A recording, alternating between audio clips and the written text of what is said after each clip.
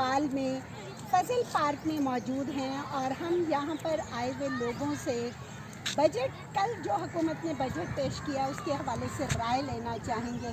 जी बहन, आप क्या समझती हैं कि कल के बजट को आप किस तरह से देखते हैं?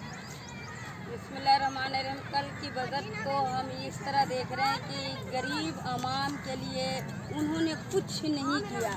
कि अब एक मजदूर नौकरी के लिए निकलता है तो उसको कोई 500 रुपये भी दिहाड़ी नहीं देता।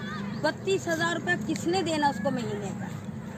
आपकी राय है कि हुकूमत ने जो 32,000 का ऐलान किया है उस पर अमली तौर पर अमल दरामद नहीं होता। नहीं होता, कभी भी किसी को नहीं मिला, इसमें अमली दरामद नहीं होते हैं। जी आपसे सवाल करूंगी कि बजट, कल के बजट को आप किस तरह से देखते हैं? कल का बजट कौन सा बजट? ये तो गरीब आवाम का कोई बजट नहीं है। गरीब आवाम के लिए तो उन्होंने वजीफा दिया है कि आप ये पढ़ते रहें।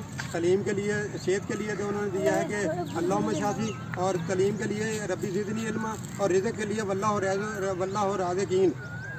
अच्छा, ये दे दिया है कि अब पढ़ते जाओ और बजट के नीचे दबते जाओ। गरीब के लिए कुछ नहीं दिया उन्होंने।